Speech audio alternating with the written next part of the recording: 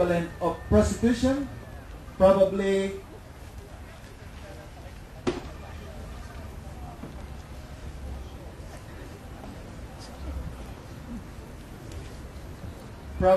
that was some emotional. Si Maria Magdalena ay pinagaling ng Panginoon. She was present at the foot of the cross. When even some of the disciples were not there because they were afraid of the authority. The gospel today is about the empty tomb. But our Lord presented Himself to Mary Magdalene. Now, so as a way of parenthesis, and every time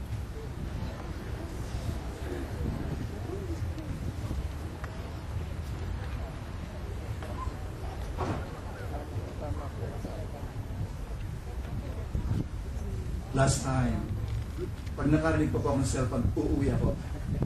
I have pause na yan, okay? Pause na yan. Alam ko, makikinig kayo sa akin.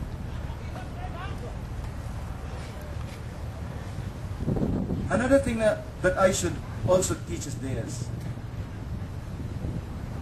Where was Mother Mary that day that He appeared to Mary Magdalene? Many people were asking the question, how come the Lord presented Himself to Mary Magdalene? Or the question should be, why was Mary not at the tomb that morning? Maybe around 3 to 6 in the morning. To the most important person in her life. When we have a news, whether that's a good news or a bad news, naturally, we want to tell that good news to our mothers first, under normal situation. Say, for example, probably when you wanted to marry this man, probably you told your mother first, Inang or Nanay, magpapakasal po kami. There's a very strong possibility. And then, because Jesus healed Mary Magdalene, her life was a total dedication to Jesus from then on. Once again, she was at the foot of the cross.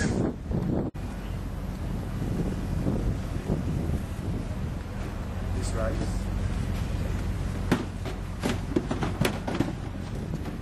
With confidence in the goodness of God, let us present our petitions to Him.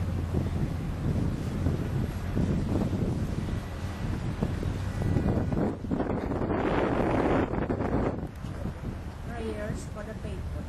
Our response, Lord, hear our prayers.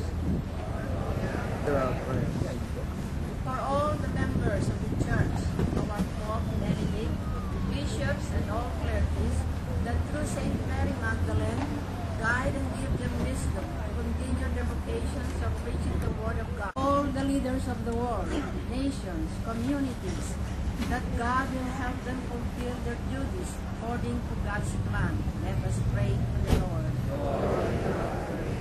For all the people of God, the poor, the needy, the hungry, the homeless, the sick and dying, that God give them hope, faith, love, and charity. Let us pray to the Lord. For all departed Caviteños, the founders, that God gave them eternal rest. Let us pray to the Lord. For all the officers, members of the Caviteños of Southern California, and all Caviteños in the U.S. and in Cavite, Cavite, let us pray to the Lord. For the speedy recovery of Conrado Santos, let us pray to the Lord. For the eternal repose of the soul of Josephine Toledo, let us pray to the Lord.